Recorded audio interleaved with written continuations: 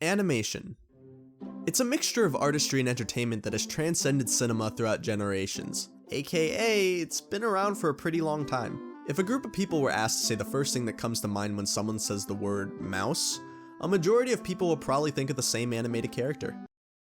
Okay, maybe not that one. Whether it's a magical mouse, a pants-wearing sponge, a snow princess, or even a talking baby, animation's impact on society is apparent. When people talk about animation, the passion is always there. With the studios that make them, their passion drives them even further to create these colorful and exciting adventures for viewers. In the case of Blue Sky Studios, home to some of the most iconic animated features of the 21st century, the passion for animation holds strong. Although Blue Sky's 34-year impact comes to a close this year in April, their legacy in computer animation is cemented as one of the best to ever do it. All stories come to an end, and all stories don't have happy endings, but this is about the studio who closed their story on a good note, always keeping the passion and the positivity at an all-time high. They looked at nothing but blue skies.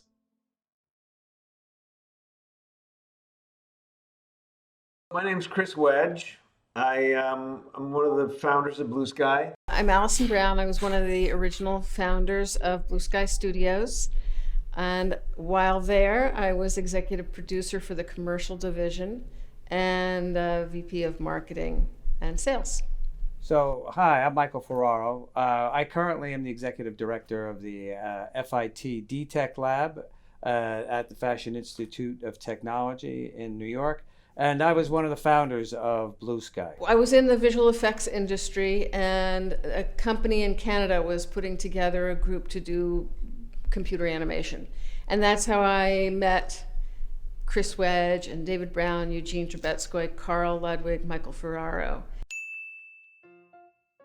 We all met through Magi. We were doing some of the first computer animation that anybody was doing. There were only maybe a few groups that were doing this, half a dozen. The founders of the company, Magi, were nuclear physicists and mathematicians, so they really weren't Hollywood types. It was a very traditional data processing company that had this little unit that was made up of these physicists who had really come from doing studies for the government. In doing that, they discovered, if they tracked photons instead of any other particle, they could actually start making pictures.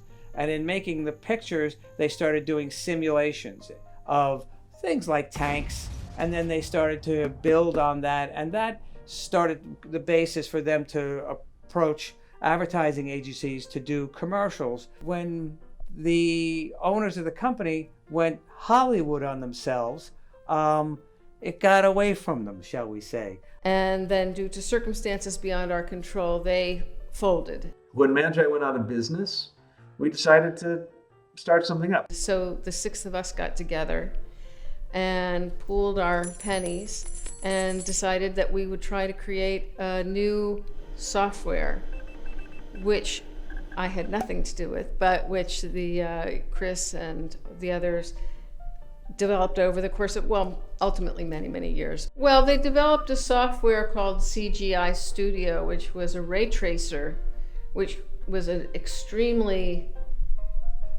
beautiful. If you've seen the pictures, you can sometimes not tell something isn't real. The rays went through space and interacted with the air, so that it meant that you were able to get atmospheric effects that were computed accurately. And that was the thing that made Blue Sky's renderer so different for so many years, was the mathematical accuracy of the calculations. Throughout the 90s, Blue Sky Studios created an impressive resume for themselves, securing dozens of commercial projects for big-name companies. Some of the first things we did were subcontracted through other studios that were better established than we were at the time. We did a fun series of spots for Chock-full of Nuts Coffee. This was a spot where a coffee bean on its side was talking, and we had to animate it moving its lips and acting. And we did a bunch of M&M, talking M&Ms. Will Vinton Studio had done them in stop motion, and we were doing them in CG. That's a lot of the work we got at the beginning. Some of these projects were also entered in award competitions, including their controversial Bronze Shaver project. This was a computer-generated shaver that was animated going across a field, a plain field, with little letters about how it shaved off little bristle and whiskers and things like that. And we would send our files down to have it turned into film. And one day when I sent it down, the guy who usually would do this work for us said, I'm not sure what I'm looking at. And when he said that, I said, what do you mean? He said, well, I see these little bristles, but I don't, what do you animate? So as soon as I knew he didn't realize the shaver was a computer-generated image, I knew we had done a great job. And we even submitted that to an awards show, and we weren't even considered. And when I called the judges to find out why we weren't considered, they said, well, the bristles, the little letters, weren't that interesting. And we said, well, the whole razor was computer-generated, and they were blown away. They couldn't believe it wasn't a real shaver. But that's how realistic it was. They had no idea. They just thought it was a live action shot. That was the level of realism that we were developing, but it was unprecedented. So people really couldn't grasp the concept that this was CGI. Additionally, the studio also worked on computer animation projects for various feature films, including Alien Resurrection, Fight Club, and Star Trek Insurrection. But let's forget about Joe's apartment, okay? We don't like to talk about that one. Although having many side projects that were commercially successful, Blue Sky Studios still lacked animation projects of their own.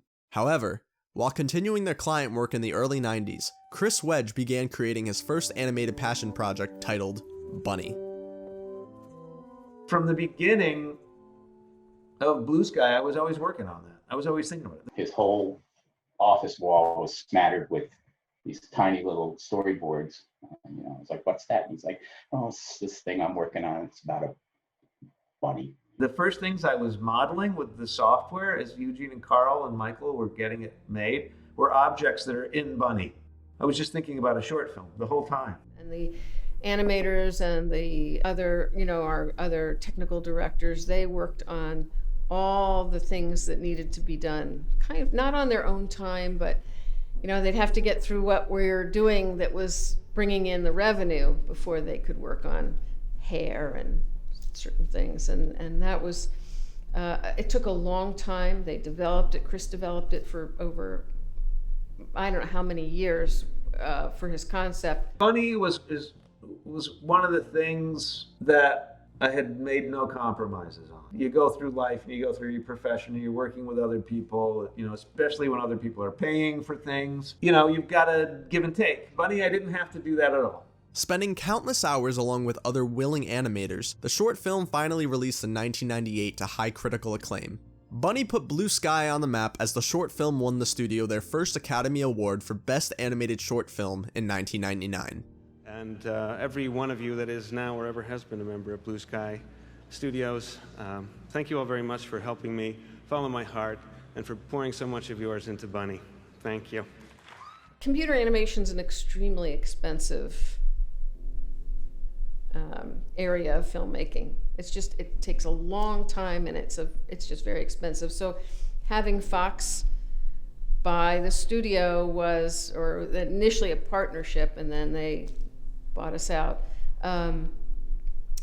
It was one way to survive. It was like things were, at the point where in order to continue, there had to be a larger entity. We said suddenly people showed up with ties. And that's always something, oh, there's money. 20th Century Fox soon after handed Blue Sky Studios their first feature film to work on called Ice Age. They were originally going to take the film to Phoenix to do a 2D version. I'd gotten to know Chris Maledandri a little bit. He was head of the family films division there. We had developed a project or two. I had a desperate conversation with Chris. He'd given me a first read of a treatment for Ice Age, but I just pleaded with Chris, why don't we make a CG movie? One thing led to another, and that's the way it worked out. The computer animated feature released on March 15th, 2002, grossing almost $400 million at the box office. Once Blue Sky proved to make efficient and exceptional work, the studio continued to receive projects. Along with the other movies in the Ice Age franchise, their list included Robots, the Rio franchise, Horton Hears a Who, the Peanuts movie. Do I really need to continue with this? They killed it, that's basically what I'm saying. As they now advanced into the territory of feature film work, a larger studio and staff was inevitable. Their final move to their Greenwich, Connecticut headquarters became their permanent home in January of 2009. After a successful line of movies underneath 20th Century Fox, history repeated itself again with Blue Sky Studios, this time with the bigger and more daunting production company. I'll give you a hint if you're confused. The name rhymes with Schmizni. The multi-billion-dollar corporation acquired 20th Century Fox and all of its subsidiaries on March 20th, 2019 for $71.3 billion. Although an increase in budget and the backing of a larger company, there was some speculation towards the buyout. When Disney bought them, I just said, that doesn't make any sense.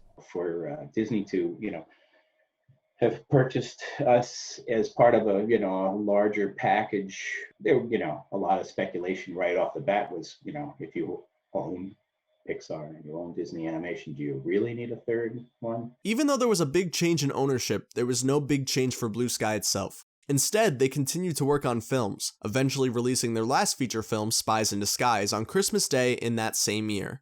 Looking towards a prosperous future with increased industry support and resources, Blue Sky Studios was instead met with a devastating halt.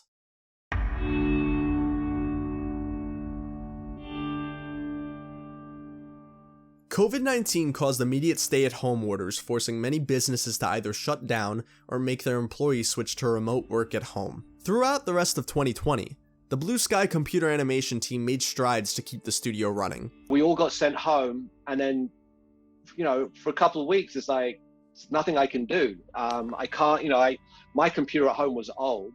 And so that was weird, sitting around doing nothing. So then they got us the remote machines. And once they got us the remote machines, it's like, okay, everybody back to work. You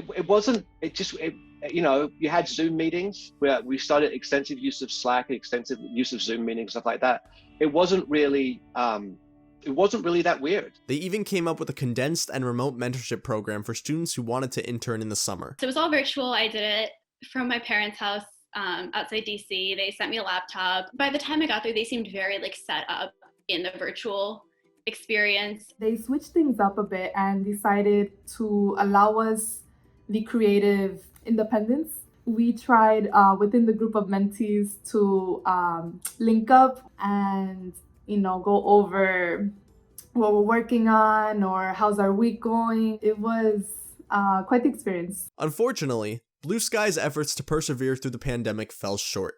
Due to COVID-19's impact on Disney's revenue in 2020, the studio abruptly shut down Blue Sky on February 9th, 2021. I'm gonna cry on camera again. And at 12:02, I saw it was like everybody it was all the big wigs of the studio. I saw a particular big wig come on screen. I said to my wife, I looked out of the door. I'm like, yeah, I think we're going to be closing.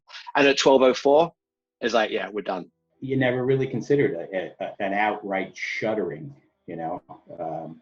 You assumed that even if times got tough or whatever, somebody would swoop in and make it right. Disney went from being the king of the world out there to suddenly being choked. It just kind of broke my heart to see all that wonderful work and wonderful talent become disbanded. But I know they're going to be snapped up in no time, probably. Even though Blue Sky's story came to an end, the studio still created an impactful legacy and created many good memories for the people who were able to be a part of it. The whole thing at Blue Sky for me was a good memory. And the toughest part about the company dissolving now is that you've made a lot of friends. All those conversations and some of the relationships go back decades. I mean, that's, I think, where the reward is. I'm not the most social person, but it really did feel like family all the way. This is just a warm place where we got to create cool shit together. My children have grown up and moved on, and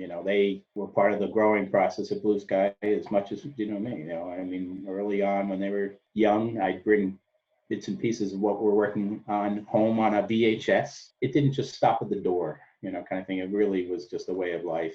Those memories are the memories that I guess I hold dearest, and ones that really last.